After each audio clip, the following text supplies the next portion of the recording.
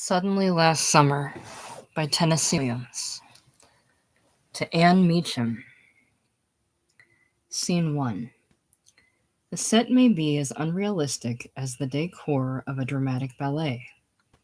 It represents part of a mansion of Victorian Gothic style in the Garden District of New Orleans on a late afternoon, between late summer and early fall. The interior is blended with a fantastic garden which is more like a tropical jungle or forest in the prehistoric age of giant fern forests, when living creatures had flippers turning to limbs and scales to skin. The colors of this jungle garden are violent, especially since it is steaming with heat after rain. There are massive tree flowers that suggest organs of a body torn out, still glistening with undried blood. There are harsh cries and sibilant hissings and thrashing sounds in the garden, as if it were inhabited by beasts, serpents, and birds, all of savage nature. The jungle tumult continues a few moments after the curtain rises, then subsides into relative quiet, which is occasionally broken by a new outburst. A lady enters with the assistance of a silver-knobbed cane. She has light orange or pink hair and wears a lavender lace dress, and over her withered bosom is pinned a starfish of diamonds. She is followed by a young blonde doctor, all in white, glacially brilliant, very, very good-looking. And the old lady's manner and eloquence indicate her undeliberate response to his icy charm. Mrs. Venable. Yes, this was Sebastian's garden. The Latin names of the plants were printed on tags attached to them, but the print's fading out. Those ones there, she draws a deep breath, are the oldest plants on Earth, survivors from the age of the giant fern forests. Of course, in this semi-tropical climate, she takes another deep breath, some of the rarest plants, such as the Venus flytrap. You know what this is, Doctor? The Venus flytrap? Doctor. An insectivorous plant? Mrs. Venable. Yes, it feeds on insects. It has to be kept under glass from early fall to late spring, and when it went under glass, my son, Sebastian, had to provide it with fruit flies flown in at great expense from a Florida laboratory that used fruit flies for experiments in genetics. Well, I can't do that, Doctor. She takes a deep breath. I can't. I just can't do it. It's not the expense, but the... Doctor. Effort. Mrs. Venable. Yes. So, goodbye, Venus flytrap. Like so much else. Whew. She draws a breath. I don't know why, but I already feel I can lean on your shoulder, Doctor. Doctor. Kukrowitz. It's a Polish word that means sugar.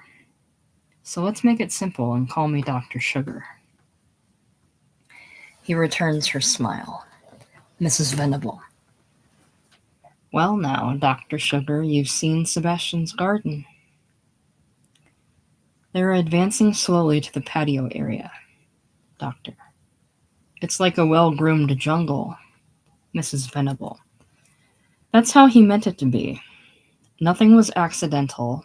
Everything was planned and designed in Sebastian's life. And his...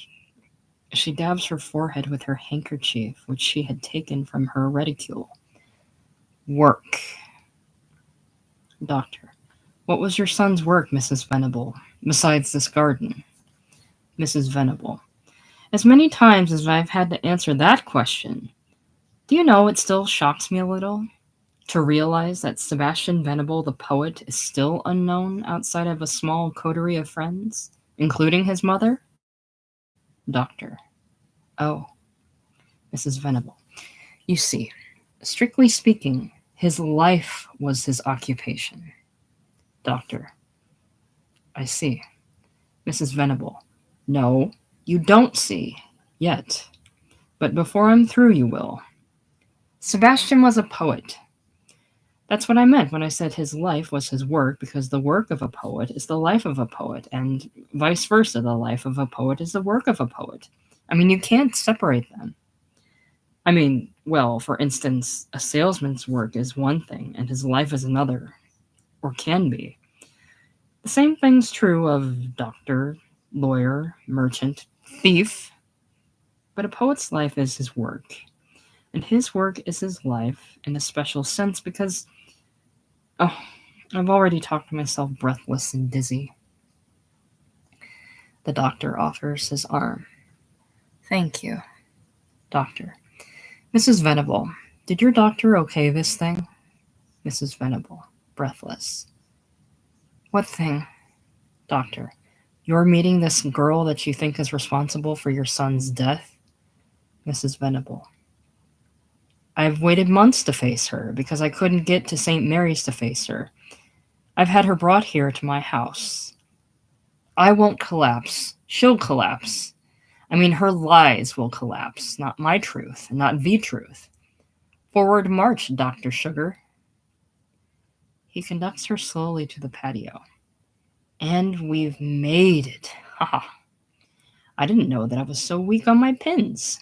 Sit down, Doctor. I'm not afraid of using every last ounce and inch of my little leftover strength and doing just what I'm doing. I'm devoting all that's left of my life, Doctor, to the defense of a dead poet's reputation. Sebastian had no public name as a poet. He didn't want one. He refused to have one. He dreaded, abhorred false values that come from being publicly known, from fame, from personal exploitation. Oh, he'd say to me, Violet, Mother, you're going to outlive me. Doctor. What made him think that? Mrs. Venable. Poets are always clairvoyant. And he had rheumatic fever when he was 15, and it affected a heart valve. And he wouldn't stay off horses and out of water and so forth. Violet, Mother, you're going to live longer than me. And then, when I'm gone, it will be yours, in your hands to do whatever you please with. Meaning, of course, his future recognition that he did want. He wanted it after his death when it couldn't disturb him. Then he did want to offer his work to the world. All right. Have I made my point, Doctor? Well, here's my son's work, Doctor. Here's his life going on. She lifts a thin, gilt-edged volume from the patio table as if elevating the host before the altar. Its gold leaf and lettering catch the afternoon sun. It says, Poem of Summer.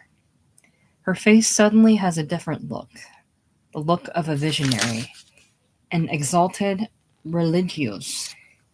At the same instant, a bird sings clearly and purely in the garden, and the old lady seems to be almost young for a moment. Doctor, reading the title. Poem of Summer? Mrs. Venable. Poem of Summer. And the date of the summer. There are 25 of them. He wrote one poem a year, which he printed himself on an 18th century hand press at his atelier in the French Quarter, so no one but he could see it. She seems dizzy for a moment. Doctor. He wrote one poem a year? Mrs. Venable. One for each summer that we traveled together. The other 9 months of the year were really only a preparation. Doctor. 9 months? Mrs. Venable. The length of a pregnancy, yes. Doctor. The poem was hard to deliver? Mrs. Venable. Yes, even with me. Without me? Impossible, Doctor. He wrote no poem last summer. Doctor. He died last summer? Mrs. Venable. Without me, he died last summer. That was his last summer's poem. She staggers. He assists her toward a chair. She catches her breath with difficulty. One long ago summer. Now why am I thinking of this? My son Sebastian said, "Mother, listen to this." He read me Herman Melville's description of the Encantadas, the Galapagos Islands. Quote, "Take 25 heaps of cinders dumped here and there in an outside city lot. Imagine some of them magnified into mountains. And the vacant lot, the sea. And you'll have a fit idea of the general aspect of the Encantadas, the Enchanted Isles. Extinct volcanoes, looking much as the world at large might look, after a last conflagration." End quote. He read me that description and said that we had to go there. And so we did go there that summer on a chartered boat, a four-masted schooner, as close as possible to the sort of a boat that Melville must have sailed on. We saw the Encantadas, but on the Encantadas we saw something Melville hadn't written about. We saw the great sea turtles crawl up out of the sea for their annual egg laying. Once a year, the female of the sea turtle crawls up out of the equatorial sea onto the blazing sand beach of a volcanic island to dig a pit in the sand and deposit her eggs there. It's a long and dreadful thing, the depositing of the eggs in the sand pits. And when it's finished, the exhausted female turtle crawls back to the sea half dead. She never sees her offspring, but we did. Sebastian knew exactly when the sea turtle eggs would be hatched out, and we returned in time for it. Doctor. You went back to the... Mrs. Venable. Terrible Encantadas. Those heaps of extinct volcanoes in time to witness the hatching of the sea turtles and their desperate flight to the sea. There's a sound of harsh bird cries in the air. She looks up. The narrow beach, the color of caviar, was all in motion. But the sky was in motion too.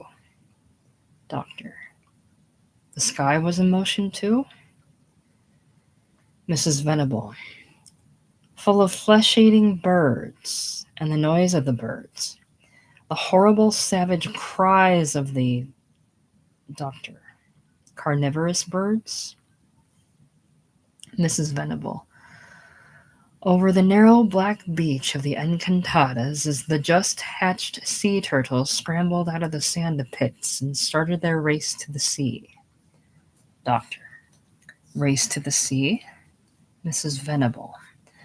To escape the flesh-eating birds that made the sky almost as black as the beach. She gazes up again. We hear the wild, ravenous, harsh cries of the birds. The sound comes in rhythmic waves like a savage chant. And the sand, all alive, as the hatched sea turtles made their dash for the sea while the birds hovered and swooped to attack, and hovered and swooped to attack.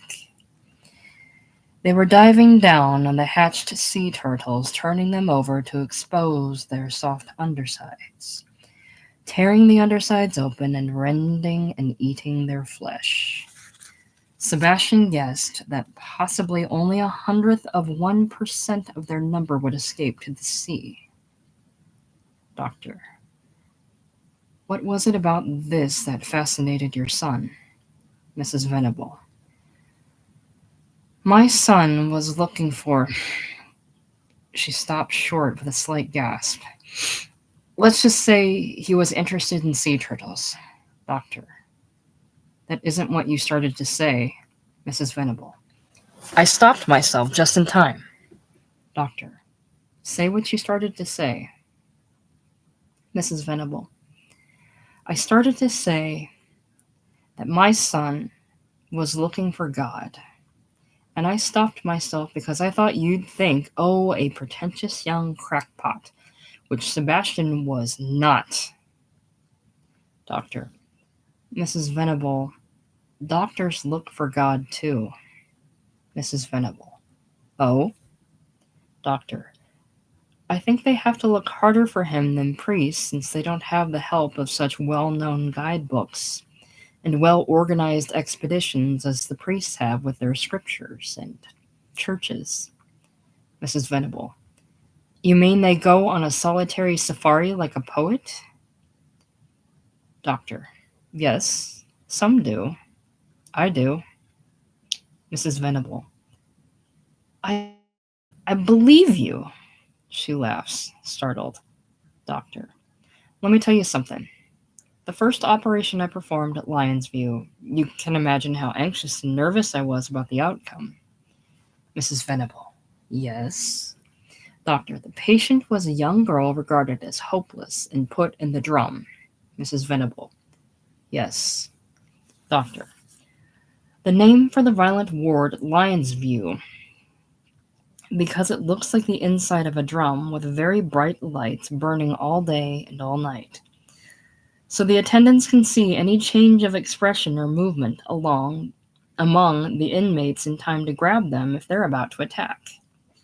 After the operation, I stayed with the girl, as if I'd delivered a child that might stop breathing. When they finally wheeled her out of surgery, I still stayed with her. I walked along by the rolling table holding onto her hand with my heart in my throat. We hear faint music. It was a nice afternoon, as fair as this one. And the moment we wheeled her outside, she whispered something. She whispered, "Oh, how blue the sky is." And I felt proud. I felt proud and relieved.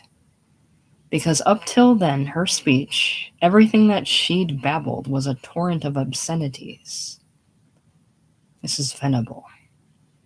Yes, well, now I can tell you without any hesitation that my son was looking for God. I mean, for a clear image of him. He spent that whole blazing equatorial day in the crow's nest of the schooner watching this thing on the beach, till it was too dark to see it. And when he came down the rigging, he said, "Well, now I've seen him." And he meant God. And for several weeks after that, he had a fever. He was delirious with it. The Encantada's music then fades in again, briefly, at a lower level, a whisper. Doctor. I can see how he might be. I think he would be disturbed if he thought he'd seen God's image. An equation of God, in that spectacle you watched in the Encantadas. Creatures of the air hovering over and swooping down to devour creatures of the sea that had had the bad luck to be hatched on land and weren't able to scramble back into the sea fast enough to escape that massacre you witnessed. Yes, I can see how such a spectacle could be equated with a good deal of existence. But not with God. Can you? Mrs. Venable. Dr. Sugar. I'm a reasonably loyal member of the Protestant Episcopal Church, but I understood what he meant. Doctor. Did he mean we must rise above God? Mrs. Venable. He meant that God shows a savage face to people and shouts some fierce things at them. It's all we see or hear of him. Isn't it all we ever really see and hear of him now? Nobody seems to know why. Music fades out again. Shall I go on from there? Doctor. Yes, do. Mrs. Venable. Well, next, India, China. Miss Foxhill appears with the medicine. Mrs. Venable sees her. Foxhill. Mrs. Venable. Mrs. Venable. Oh God, elixir of... She takes the glass. Isn't it kind of the drugstore to keep me alive? Where was I, Doctor? Doctor. In the Himalayas. Mrs. Venable. Oh, yes. That long ago summer, in the Himalayas, he almost entered a Buddhist monastery, had gone so far as to shave his head and eat just rice out of a wood bowl on a grass mat. He'd promised those sly Buddhist monks that he would give up the world and himself, and all his worldly possessions to their mendicant order. Well, I cabled his father, for God's sake, notify bank to freeze Sebastian's accounts. I got back this cable from my late husband's lawyer. Mr. Venable critically ill. Stop. Wants you. Stop. Needs you. Stop. Immediate return advised most strongly. Stop. Cable time of arrival. Doctor. Did you go back to your husband? Mrs. Venable. I made the hardest decision of my life. I stayed with my son. I got him through that crisis too. In less than a month, he got up off the filthy grass mat and threw the rice bowl away, and booked us into the Shepherd's Hotel in Cairo and the Ritz in Paris. And from then on, oh, we still lived in a world of light and shadow. She turns vaguely with empty glass. He rises and takes it from her. But the shadow was almost as luminous as the light. Doctor. Don't you want to sit down now? Mrs. Venable. Yes, indeed I do, before I fall down. He assists her into a wheelchair. Are your hind legs still on you? Doctor, still concerned over her agitation. My what? Oh, hind legs, yes. Mrs. Venable. Well, then you're not a donkey. You're certainly not a donkey, because I've been talking the hind legs off a donkey, several donkeys. But I had to make it clear to you that the world lost a great deal too when I lost my son last summer. You would have liked my son. He would have been charmed by you. My son Sebastian was not a family snob or a money snob, but he was a snob, all right. He was a snob about personal charm in people. He insisted upon good looks in people around him, and oh, he had a perfect little court of young and beautiful people around him always, wherever he was. Here in New Orleans, or New York, or on the Riviera, or in Paris and Venice, he always had a little entourage of the beautiful and the talented and the young. Doctor. Your son was young, Mrs. Venable. Mrs. Venable. Both of us were young, and stayed young, Doctor. Doctor.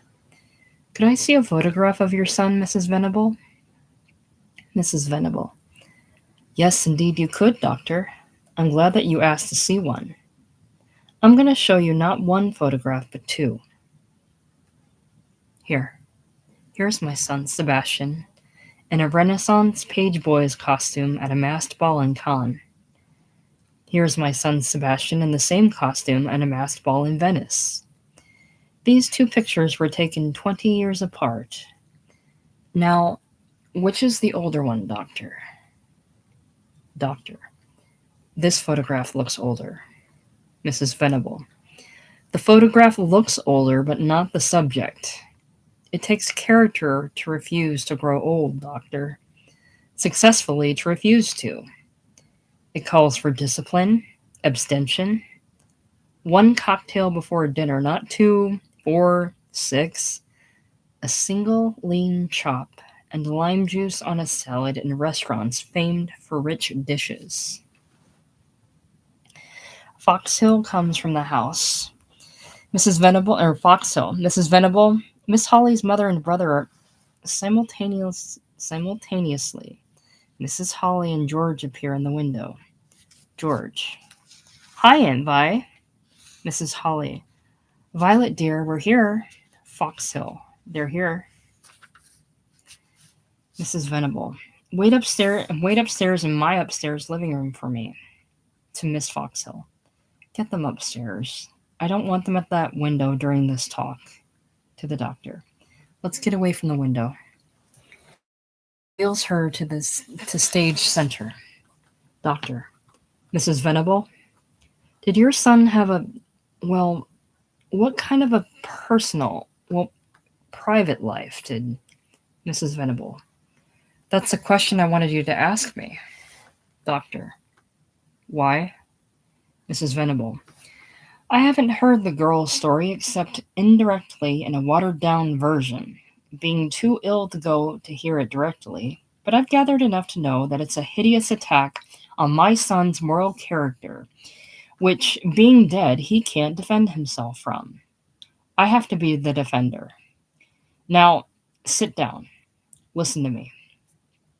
The doctor sits.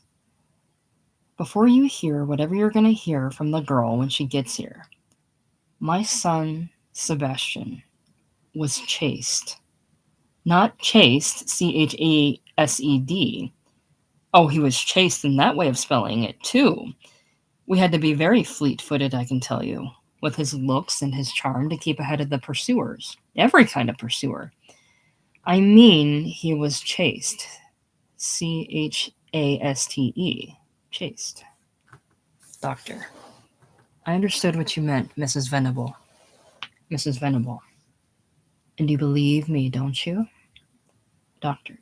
Yes, but... Mrs. Venable. But what? Doctor. Chastity, at what age was your son last summer? Mrs. Venable. 40, maybe.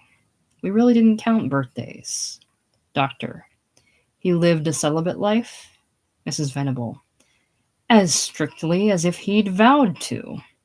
This sounds like vanity, Doctor, but really I was actually the only one in his life that satisfied the demands he made of people. Time after time, my son would let people go, dismiss them, because their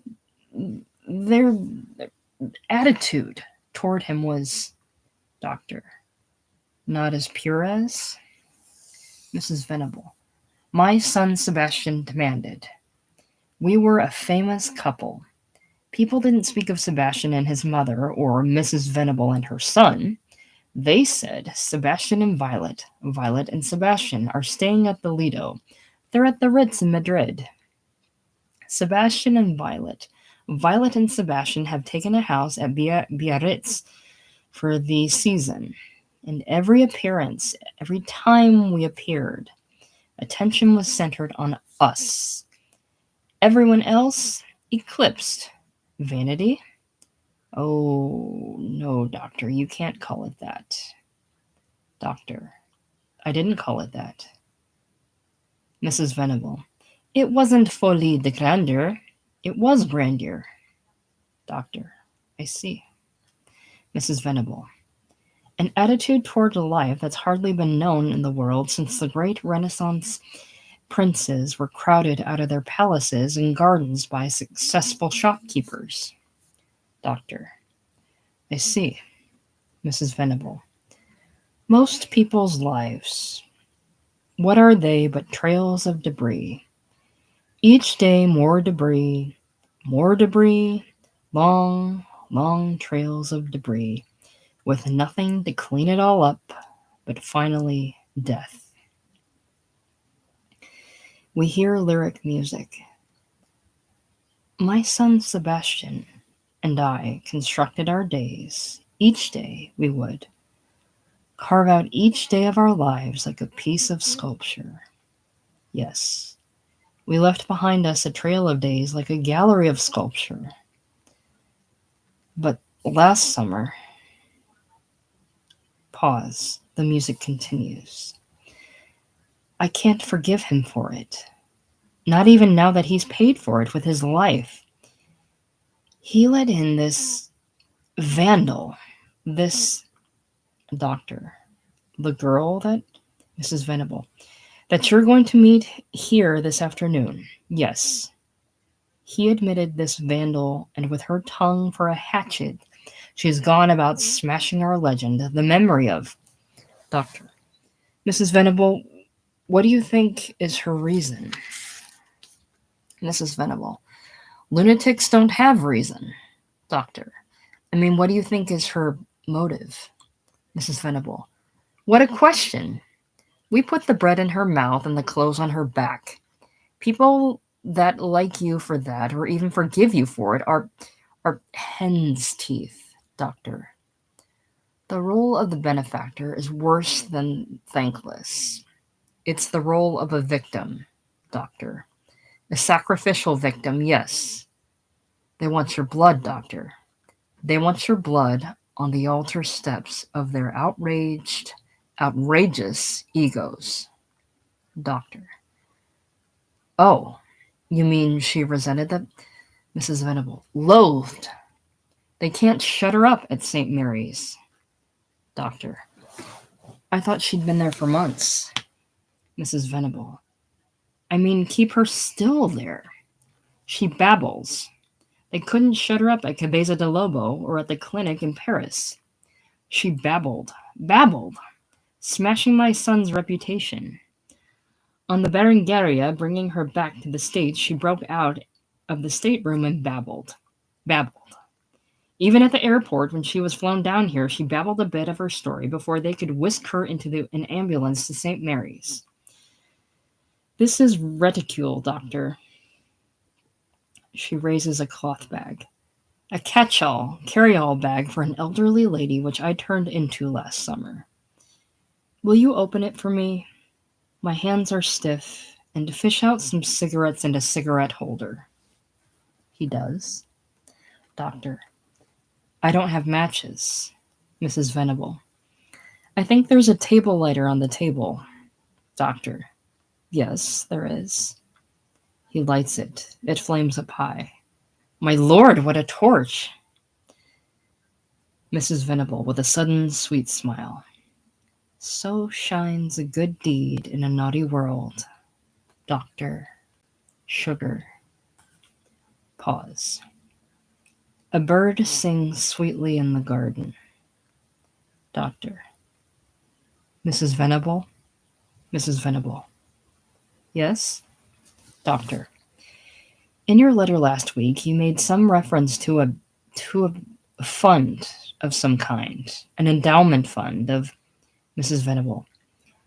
I wrote you that my lawyers and bankers and certified public accountants were setting up the Sebastian Venable Memorial Foundation to subsidize the work of young people like you that are pushing out the frontiers of art and science, but have a financial problem. You have a financial problem, don't you, Doctor? Doctor. Yes, we do have that problem. My work is such a new and radical thing that people in charge of state funds are naturally a little scared of it and keep us on a small budget, so small that we need a separate ward for my patients. I need trained assistants. I'd like to marry a girl I can't afford to marry. But there's also the problem of getting right patients, not just criminal psychopaths that the state turns over to us for my operation because it's, well, risky. I don't want to turn you against my work at Lionsview, but I have to be honest with you. There's a good deal of risk in my operation. Whenever you enter the brain with a foreign object, Mrs. Venable. Yes. Doctor. Even a needle-thin knife, Mrs. Venable. Yes. Doctor. In a skilled surgeon's fingers, Mrs. Venable. Yes. Doctor. There is a good deal of risk involved in the operation, Mrs. Venable. You said that it pacifies them. It quiets them down. It suddenly makes them peaceful. Doctor. Yes, it does that. That much we already know, but Mrs. Venable. What? Doctor. Well, it will be 10 years before we can tell if the immediate benefits of the operation will be lasting, or passing, or even if there'd still be, and this is what haunts me about it, any possibility afterwards of reconstructing a totally sound person. It may be that the person will always be limited afterwards. Relieved of acute disturbances, but limited, Mrs. Venable. Mrs. Venable. Oh, but what a blessing to them, Doctor. To be just peaceful. To be just suddenly peaceful. A bird sings sweetly in the garden. After all that horror, after those nightmares, just to be able to lift up their eyes and see. She looks up and raises a hand to indicate the sky. A sky not as black with savage devouring birds as the sky that we saw in the Encantadas, Doctor. Doctor, Mrs. Venable, I can't guarantee that a lobotomy would stop her babbling. Mrs. Venable, that may be, maybe not. But after the operation, who would believe her, Doctor? Pause. Faint jungle music. Doctor, quietly. My God. Pause. Mrs. Venable, suppose after meeting the girl and observing the girl and hearing the story she babbles, I still shouldn't feel her conditions intractable enough to justify the risks of. Suppose I shouldn't feel that non-surgical treatment such as insulin shock and electric shock and Mrs. Venable. She's had all that at St. Mary's. Nothing else is left for her. Doctor. But if I disagreed with you. Pause. Mrs. Venable. That's just part of the question.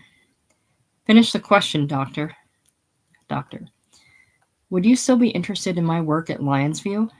I mean, would the Sebastian Venable Memorial Foundation still be interested in it? Mrs. Venable. Aren't we always more interested in a thing that concerns us personally, Doctor? Doctor. Mrs. Venable. Catherine Holly appears between the lace window curtains. You're such an innocent person that it doesn't occur to you. It obviously hasn't even occurred to you that anybody less innocent than you are could possibly interpret this offer as a subsidy as, well, as sort of a bribe. Mrs. Venable laughs, throwing her head back. Name it that. I don't care. There's just two things to remember. She's a destroyer. My son was a creator. Now, if my honesty shocked you, pick up your little black bag without the subsidy in it and run away from this garden.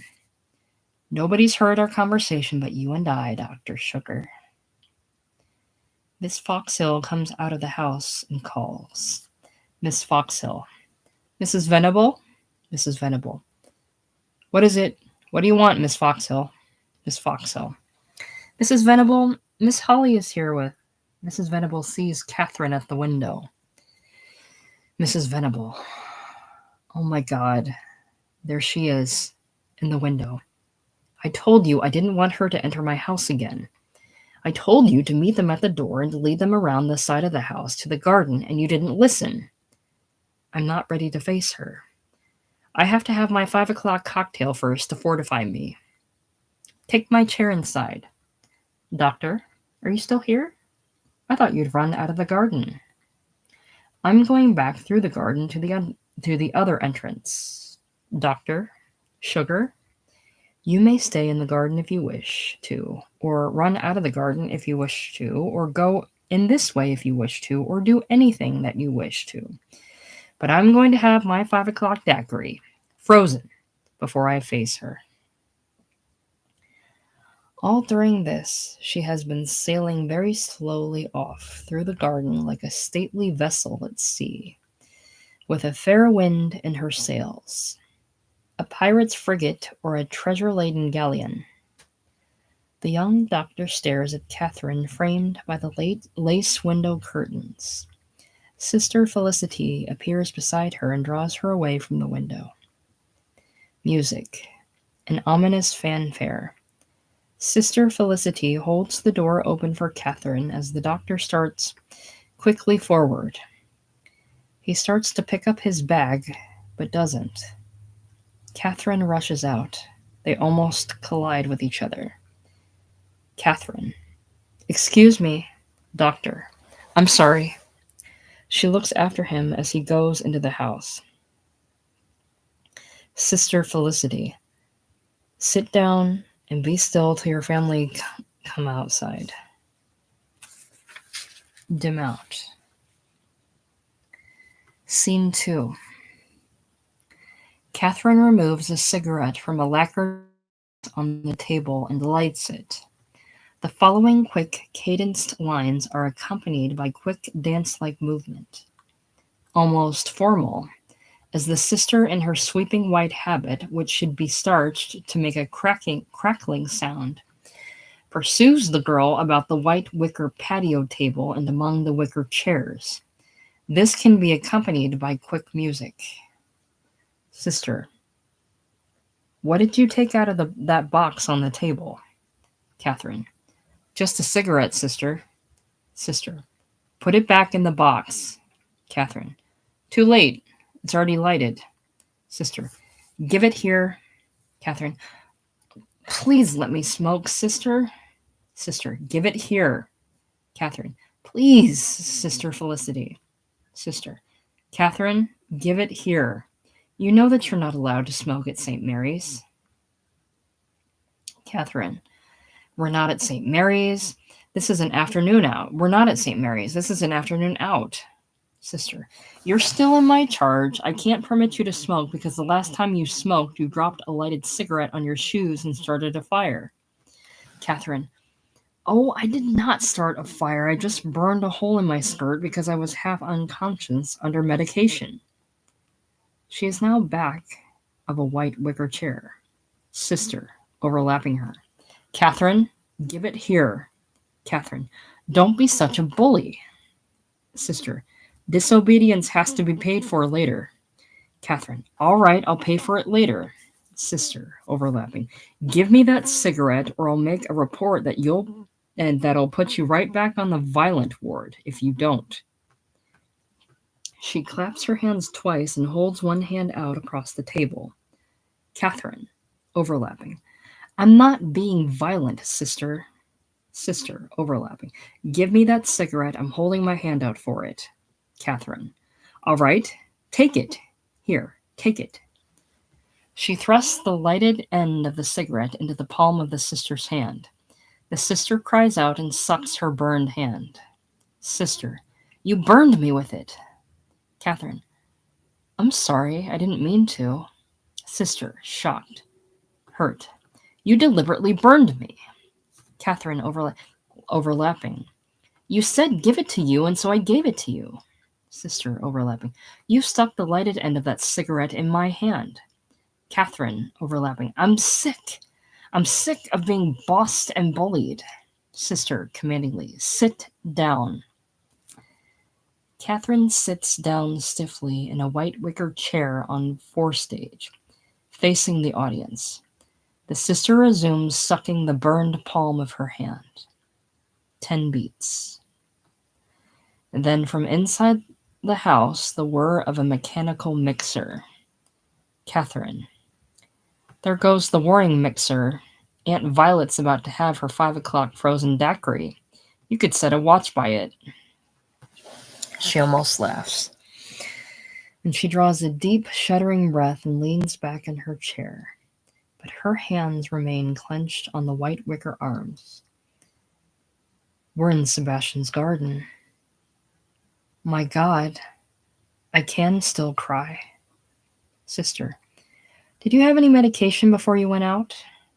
Catherine, no, I didn't have any. Will you give me some, sister? Sister, almost gently. I can't. I wasn't told to. However, I think the doctor will give you something. Catherine, the young blonde man I bumped into? Sister, yes. The young doctor's a specialist from another hospital. Catherine, what hospital? Sister, a word to the wise is sufficient. The doctor has appeared in the windows. Catherine, rising abruptly. I knew I was being watched. He's in the window staring out at me. Sister, sit down and be still. Your family is coming outside. Catherine, overlapping. Lion's View, is it, doctor? She has advanced toward the bay window. The doctor draws back, letting the misty white gauze curtains down to obscure him. Sister, rising with a restraining gesture which is almost pitying. Sit down, dear. Catherine. Is it Lion's View, doctor? Sister. Be still. Catherine. When can I stop running down that sleep-white street in Cabeza de Lobo? Sister. Catherine, dear, sit down. Catherine. I loved him, sister. Why wouldn't he let me save him? I tried to hold on to his hand, but he struck me away and ran in the wrong direction, sister. Sister. Catherine, dear, be still. The sister sneezes. Catherine. Bless you, sister. She says this abruptly, absently, still watching the window. Sister, thank you. Catherine. The doctor's still at the window, but he's too blond to hide behind window curtains. He catches the light. He shines through them. She turns from the window. We were going to Blondes. Blondes were next on the menu. Sister. Be still now. Quiet, dear. Catherine. Cousin Sebastian said he was famished for blondes. He was fed up with the dark ones and was famished for blondes. All the travel brochures he picked up were advertisements of the blonde northern countries. I think he'd already booked us to Copenhagen or Stockholm. Fed up with dark ones, famished for light ones. That's how he talked about people, as if they were items on a menu. That one's delicious looking. That one is appetizing. Or that one is not appetizing. I think because he was really nearly half starved from living on pills and salads. Sister. Stop it. Catherine, be still. Catherine. He liked me. And so I loved him. She cries a little again. If he'd kept hold of my hand, I could have saved him. Sebastian suddenly said to me last summer, let's fly north, little bird. I want to walk under those radiant, cold northern lights. I've never seen the aurora borealis. Somebody said once or wrote once, we're all of us children in a vast kindergarten trying to spell God's name with the wrong alphabet blocks. Mrs. Holly, off stage. Sister? The sister rises. Catherine, rising. I think it's me they're calling. They call me sister. Sister.